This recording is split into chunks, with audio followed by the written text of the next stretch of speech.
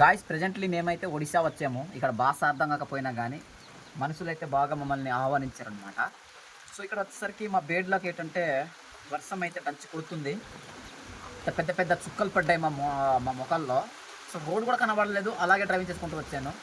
వర్షం అయితే ఎక్కువ తగ్గలేదు. మా సిచ్యువేషన్ ఎలా ఉందో తెలుసా? కంపు భరించలేకపోతాం. ఎక్కడ అనుకుంటున్నారు తెలుసా? గొడ్లు సాల దగ్గర ఉన్నామన్నమాట.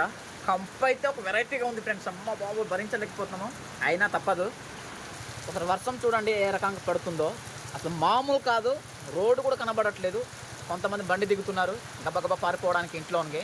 చూడండి ఎంత స్పీడ్గా విత్తున్నాడు సామాన్లు. వాళ్ళని చూస్తేనే కొద్దిగా నవ్వు వస్తుంది.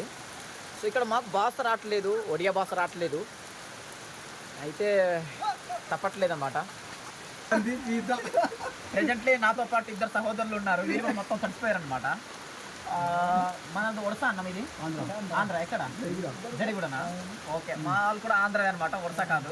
అయితే మన వాళ్ళకి ఒడియా వచ్చు, ఒడియా వచ్చు, తెలుగు వచ్చు, ఆ పేటీ భాష కూడా వచ్చు. ఓకేనా గాయస్? వర్షం అయితే దంచి కొడుతుంది. తాళాలు అయితే బండి తాళాలు చూడండి. మా బండి మొత్తం చచ్చిపోతుంది. 220 బండి అయినా పర్లేదు, తర్వాత టాటా అవుతుందా టాటా అవుతుంది గ్యారంటీ లేదు.